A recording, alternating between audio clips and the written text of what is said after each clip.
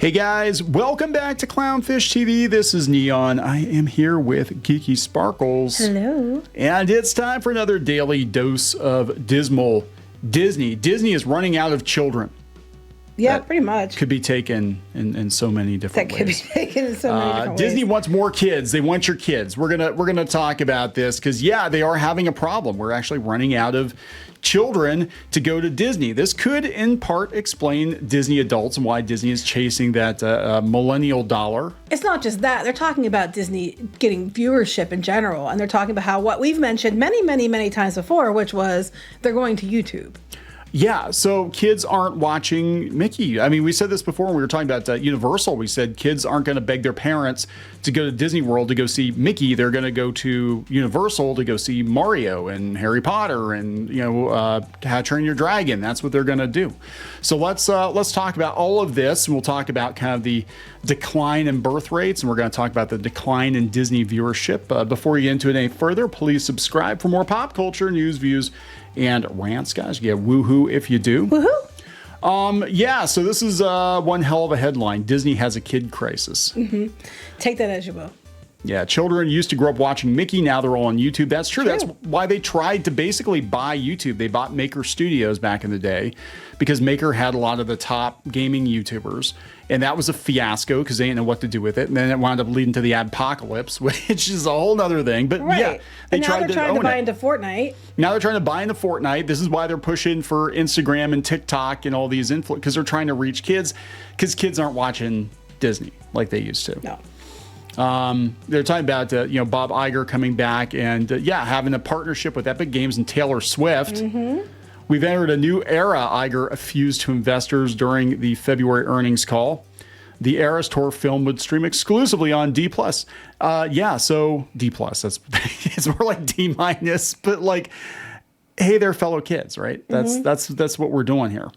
They said investors' celebration was short-lived amid the declining TV business, dismal box office numbers, and the need to name a successor. Iger continues to face significant problems. Perhaps most concerning of all, Disney is losing its monopoly on kids. Truth.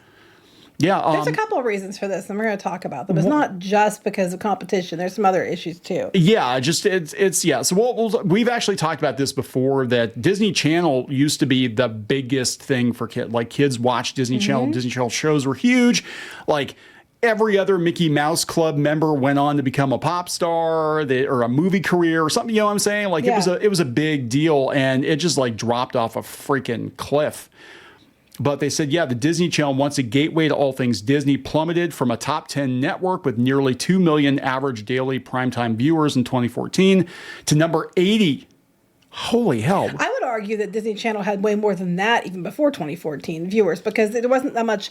Like when we were kids, everybody watched Disney Channel because there wasn't a lot to choose from. You know what I mean? Yeah. You didn't have as many options too, which I think is also, leading into this decline because kids can go watch YouTube, Netflix. There's so many different choices. Most of them are on their phones watching TikTok. That's a whole other story. Yeah, it was. I mean, Disney Channel, like when our kids were growing up, that was huge. Disney Channel and Nickelodeon were the two big ones, and both of them are in a really bad place right now. Nickelodeon, of course, has a whole nother set of issues with the Schneider stuff, and then Paramount. I'm wondering if they'll just retire the brand completely or something at this point. But yeah, they said now they only have 132,000 people watching Disney Channel in 2023. God, that is. I mean, you think about that. Like some of the top YouTubers get more views than that in an hour. Some of the top YouTubers get more than 2 million average daily views, in general. In general on just a video, just a regular, what I'm saying? So it's like, this is why they're freaking out. Kids are getting their TV fix on streaming, which accounts for 2/3 of TV watch time for children 2 to 11 per Nielsen estimates. YouTube has become king. Kids increasingly prefer to zone out for hours watching free short-form videos instead of full-length TV episodes and movies. That's true. Like a lot of kids these days, like they don't want to watch the whole episode. They'll watch clips of an episode. I know like our daughter, she's like, oh yeah, I saw the scene. I'm like, oh, did you watch that show? She's like, no, I just saw the clips on TikTok. Yeah. So TikTok isn't on here. And I would honestly even argue TikTok might, be over YouTube in some of these instances. Oh, for kids, absolutely. Absolutely. They're probably not putting it on here though, because technically kids aren't supposed to be watching it without it. You know what I'm saying? Well, yeah, but Yeah, so they said Nielsen estimates that kids 2 to 11 watch 3 times as much YouTube as Disney Plus content. Meanwhile, Disney said in 2022 that over 60% of Disney Plus subscribers were adults without kids at home. And they were shocked by that. I wasn't shocked by that at all, No. actually. That, you know, given the Disney adult trend, given that a lot of them are millennials, I wasn't surprised in any way, shape, or form. I know a lot of people that are that age range don't even want to have kids, which we're going to talk about shortly. Yeah, we'll talk about that because there are a lot of issues. I mean, you have to remember when Disney was king, right? Television was new. They had the Disneyland program. It was the 1950s. We had the baby boom. There were a lot of kids. Again, you were limited on what channels you could watch too. So like 3 or 4 channels. That was it. And even when we were kids, yeah, cable was a thing, but there weren't as many channels on cable. Yeah, but one of the biggest things on cable was the Disney Channel. Was Disney Channel, yeah. And I still remember at one point in time, believe it or not, this is how old I am, and I was very young when it was the case, but Disney Channel was a premium channel. You had to pay for it like HBO. And then it went to ad supported. So they're doing the same thing that they did back in the day. But I remember like they would do free preview weekends. And they would advertise it in like the TV guide, like, hey, you can watch Tron and Pete's Dragon on repeat forever this weekend. And that was it. And Masterpiece Theater. And I was like begging to get Disney Channel. They're like, it's like $20 a month in 80s money. And people or you just do what a lot of people did and just get the little black box. But that's a whole other story. That's a whole other story. We did eventually get the little black box. We did not call the sweepstakes number. That was the thing. Was so funny. For those who don't know, people had black boxes, and what they could do with that was basically you could get all the channels for free. However, people got smart to it, and they would put things like, if you call this number, you could win this prize. First, so many people win this prize, or you could win the shirt. And people would call, and it was set up to catch people with black boxes. Because only black box people could see that. Yeah. It was a whole thing. So anyway, they said, they're talking about YouTube being the primary platform of choice for kids. Says Alexia Raven, a former Warner Brothers Discovery Research Vice President, that's a mouthful, who co-founded the consultancy Maverick Insights and Strategy. Wow, that is a mouthful. That is a commercial they study kids. Yes. Viewing behavior. It meets them where they are and meets their passions in nuanced ways. It really has shifted the entertainment landscape. But the weird thing is that YouTube kind of penalizes kids content. Now they do because of honestly it's because of Disney. Because of Disney. Disney triggered the adpocalypse. They triggered it with if we can't have it, no one can. That's what it feels like. Because what happened was and you guys can do your own research on it. Go out and there's all kinds of documentation of what actually happened. But they bought Maker Studios, which we actually with another channel were part of Maker Studios when this whole thing went down. We could see the train coming off the rails from like a mile away. I was like, what is going on here? We got shows optioned for it, so there was did. Yeah, we did out of that deal. But so once the apocalypse happened, because PewDiePie said the N word or had some people say was it that or was it a Nazi joke or something? Yeah, whatever it was. He said something dumb. There were multiple issues, and Disney didn't realize what they bought. They just knew that they were going to get like all of Maker Studios for like $500 million, and they thought that I don't know what they were thinking. I think they thought that they could get it and then tell her, but then they could control everyone. Right, and they tried to give.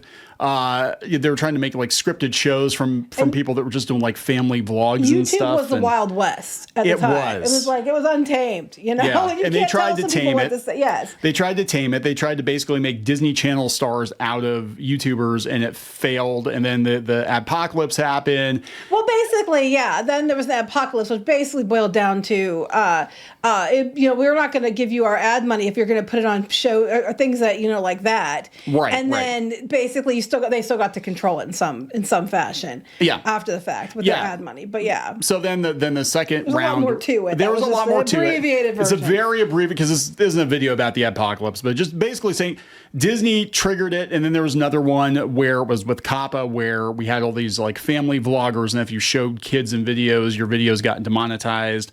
So it's just like been by degrees. So I guess I'm kind of surprised. Like they have YouTube Kids, but I'm not sure what the ad rates are like. I know Cocomelon was making mad money. Like if you're doing animation, that was like a big deal. They said media companies have increasingly incorporated YouTube into their distribution strategies by releasing shorts and trailers there, but it's not an ideal setup. Companies don't control the distribution or revenue from their content. Right. And it's not clear whether YouTube works as an on-ramp to their properties in the same way that Disney Channel did for Disney. Because you get to keep all of it at Disney Channel, Right. And that was the thing. Like Disney, it's a whole brand synergy. Like Disney Channel was an on-ramp for Disney theme parks. It was an on-ramp for Disney radio. They wanted, they were pushing their stars into doing, albums and stuff like that.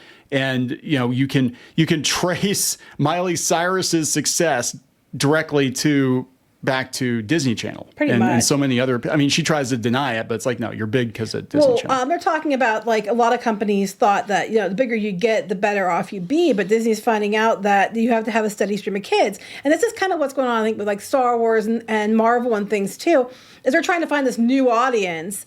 But they don't have they don't have people watching it enough to make a new audience. And they've lost their old audience because they went out of their way to lose their old audience. So you're not having people to fill those gaps. And they're running into this, like, with kids content because kids aren't watching it. And plus, there's not as many kids as there used to be. No, we saw, it was the other day, we went to a Target and they had all the, Young Jedi Adventures, the Star Wars kids. Like, it didn't look like any of those had been sold, maybe one or two figures, and they were all on clearance for 50% off. And I think a big problem with Star Wars and Marvel is that not only are there not as many kids, but that content does not resonate with kids like it did in our generation. No.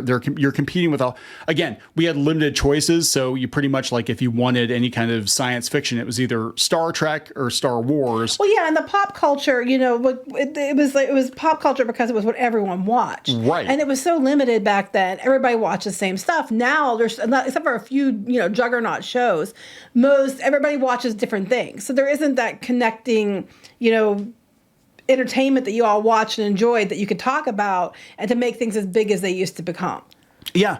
Oh, this is interesting. They said that, back in the day, like, Disney was kids' entertainment, right? They dominated everything. They dominated Saturday mornings. Even on channels outside of Disney Channel, they had Disney Afternoon. That was like a 2-hour block.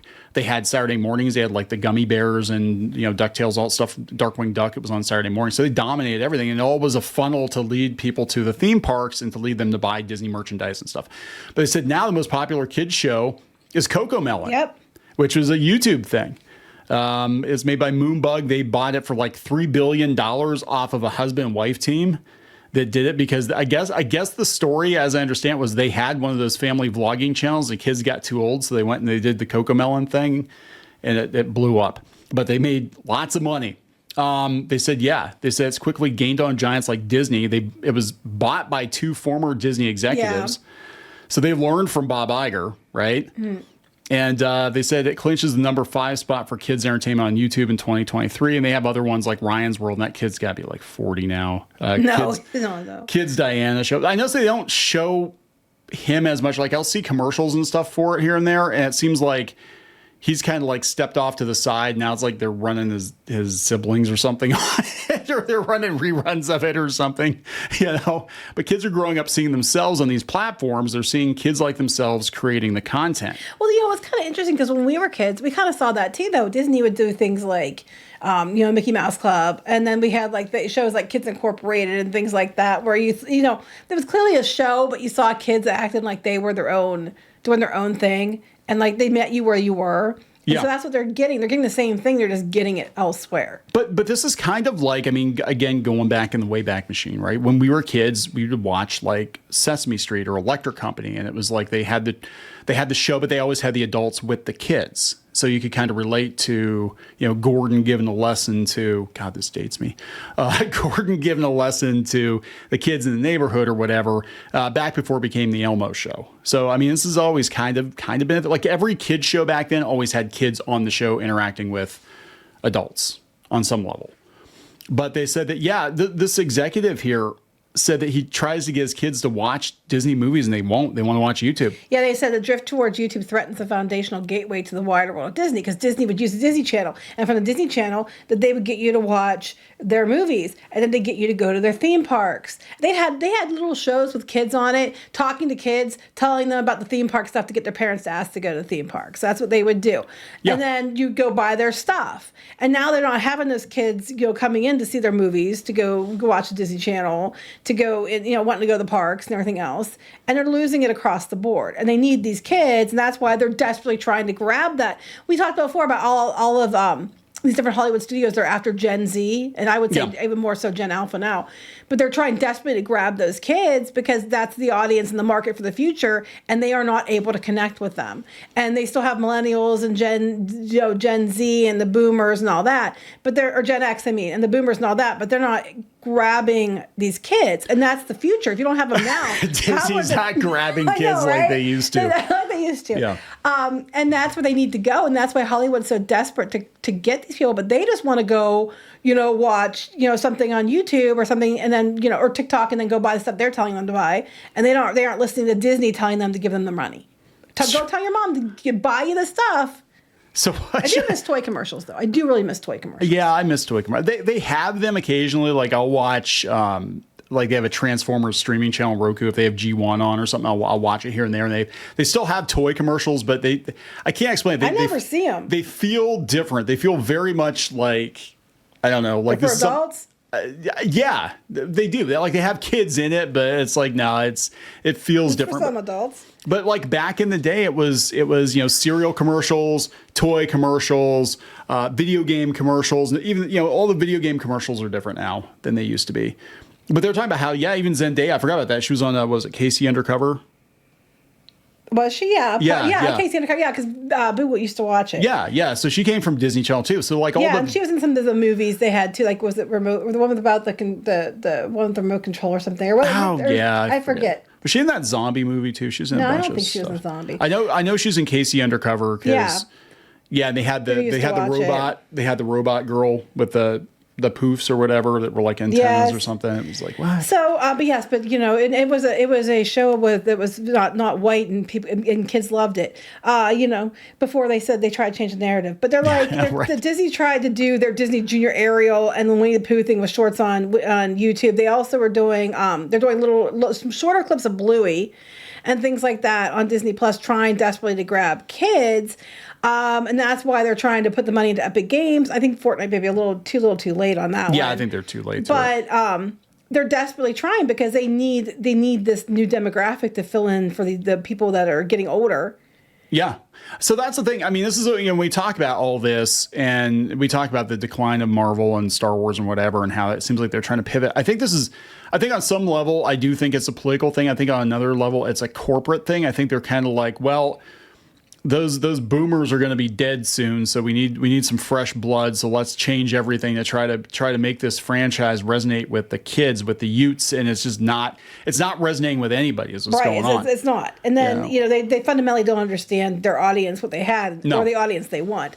Interesting. They're talking about, which we've mentioned before, that Disney's trying desperately with Hulu and adding on Disney Plus they have the R-rated content now, and they're trying to get this Disney adult market. Yep. Which makes up about half its theme park visitors. Right. And that number's increasing over time. That's why we keep seeing all this stuff targeted at like at my Loungefly stuff I love and things like that. Targeted adults, experiences and upcharges targeted at adults because they're desperately trying to keep those people, at least they have those people happy to get more money out of that target demographic, bring them in. The problem is that Disney adults are getting sick of their shit too, which is, a the problem. Price gouging and and they keep going back. Like, you're getting older when you start to see nostalgia from like the 2000s.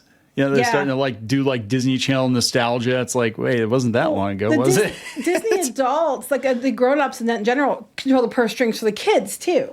Right. So if you take off the adults in general, across the board, that's a huge hit. And they are starting to tick off people. So I kind of wonder, I mean, this kind of goes along with the toy videos we did. And it's like, is this, attempt to, I guess, I don't want to say infantilize but I think they've got this really weird situation, right? Where we're not.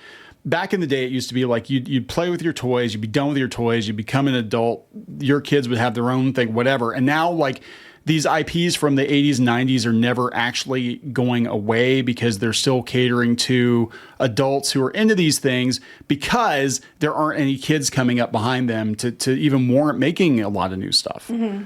right? So they're like, well, we know they we know make shows- Transformers and G.I. Joe make bank. Let's just do that forever. But they also make shows that they're claiming are for children when they're not. Star Wars is for kids, not the Acolyte. No. She-Ra's for kids, not the Princess of Power cartoon. Because I mean, I don't think if the little kids want to know who everybody's sleeping with. No, that was the thing on Cartoon Network for a while. You basically had a bunch of Tumblrite showrunners that were using money that was supposed to go to quote unquote kids shows, and I think we had some executives that were kind of hoodwinked into going along with it.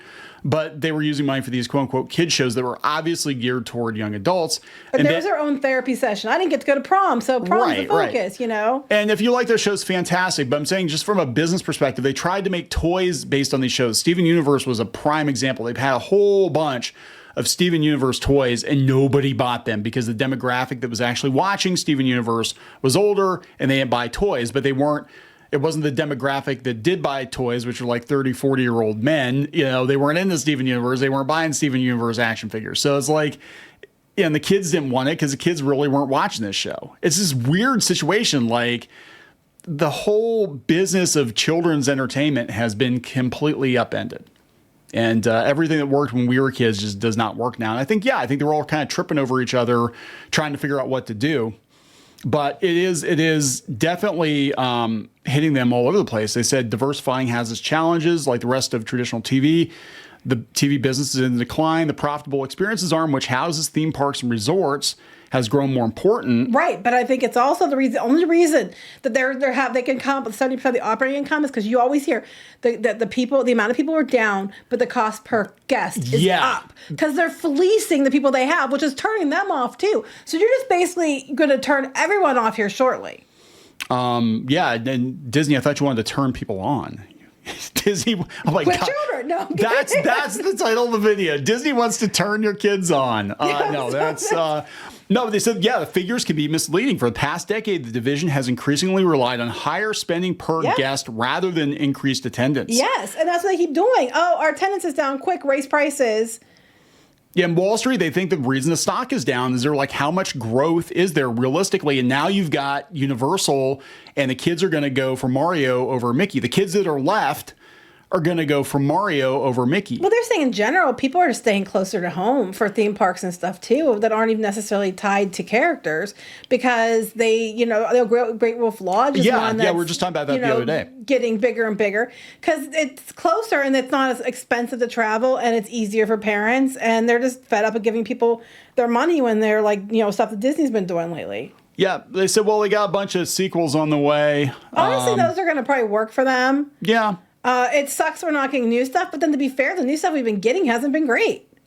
They said that Disney is over-reliant on sequels, and they said that... And Bob Iger's tripling down on IP and everything. Yeah, look what happened with Marvel. It's just like, Marvel had its heyday, it came and went, and now they're like, okay, they need fresh stories. Who is going to make the fresh stories at Disney? All the good people left. They all left. They all went to Skydance. They all went to Netflix. Who's left to make? Imagineering's been, gutted. What we have left, we can't put Dr. Facilier in because we can't do voodoo. And we have to make sure that the chimpanzees are culturally represented accurately. So, this guy who tried to get his kids to watch the Lion King, they wouldn't watch it. He got them interested in Disneyland by sitting them down and showing them a YouTube video. That's what our kids do. When we say about the different hotels at Disney or whatever, they go watch videos and see what they want to do. Yeah, it's true. So look, this is a whole nexus of problems here, depending on who you listen to. Either we've got way too many people in the world, or we don't have enough people in the world, or we have way too many people in parts of the world that maybe can't afford children, and then the parts of the world that can afford children are choosing not to have children because they have to work, umpteen jobs to pay for them. I think a lot of the reason the rate's dropping is because people, they have to work so many jobs, and they have to, everybody has to work, and then there's nobody. Used to be someone can stay home with kids and stuff like that a lot of times, and daycare is getting really expensive. Some people just don't want kids, and that's a valid, reason. If you don't want kids, it's probably best you don't have kids. And I think in general, people can't afford them. They can't afford houses. They can't afford, the cost of living is through the roof. They can't afford to take care of themselves, let alone taking care of children. Yeah. So, It makes sense the whole way around. Well, the inflation is not the inflation in the gig economy is not going to help matters because you don't have a stable income and everything costs more. And they said, yeah, this is coming from the week. They said, why are U.S. fertility rates dropping? They said it's a reflection of current social and economic issues. For the first time in our nation's history, a 30-year-old man or woman isn't doing as well as his or her parents were at 30. And they're talking about millennials and Gen Z facing sky-high mortgage rates, soaring home prices, and inflation. They say that all the time as if like Gen X and other people don't have trouble with that too. It's across the board. Gen X has problem with the rates and inflation and all that stuff too. You're not just exempt because and a lot of people that are boomers now they're on retirement and they can't afford shit either. It's where are you living too? Because I mean, this is where I'm kind of torn on this one because I'm like a lot of these people are like, well, I can't afford a house in my preferred neighborhood in LA that's starts at $900,000 and I'm working as a barista. I'm like, well, maybe you can't afford to live in LA. I'm not trying to be a jerk, but I'm just saying maybe you can't afford to live there and you should go someplace else. But if that's what's more important to them than having a family, then you know what I'm saying? Yeah, here they're talking about U.S. birth rates have also been stifled by forces like lack of paid family leave and skyrocketing health costs. Yeah. And things like that. So there's an overall provable decline in the amount of children. And so you have fewer children to target and those children don't want really anything to do with you. Well, I mean, I could tell people what we pay out of pocket for health insurance for a family of four. It's more than most people pay on a mortgage. Mm-hmm. It's high, and that's out of pocket. So yeah, I mean it is an issue. But I mean, so we have this like nexus of like basically everything Disney did for decades that worked. And we had the boomer generation, and then their kids, our generation, growing up with Disney, and there are lots of kids, and everything was, and now it's just like. There were limited entertainment choices. Now it's like there's unlimited entertainment and fewer kids, and it's going to catch up with Disney eventually. So I guess my takeaway from this is don't go out of your way to antagonize your adult audience. Yeah, well, they hold the purse strings for the kids too, right? And you need them at this point. You need them. Like you need those you might not like those 50-year-old men. They're set in their ways with Star Wars. But if they're willing to drop thousands of dollars on Star Wars merchandise every year, you might need them just to keep the franchise viable. You might have to go back to that well. And I'm kind of seeing this course correction with like Hasbro now. And, we're seeing it with the Skybound comics that they're kind of going back to formula, back to what works. And I think they're doing that because they have to, because they're like, oh, crap, that new generation that we're trying to get into Transformers, yeah, they're not there. They're not there. So let's go back to what works and get as much money out of these Gen Xers as we can before they're too old to give a shit anymore. So are we going to wrap this up? Yep. Wow, that went pretty long, huh? Almost a half hour. Please subscribe for more pop culture news, views, and rants. We'll talk later. Bye.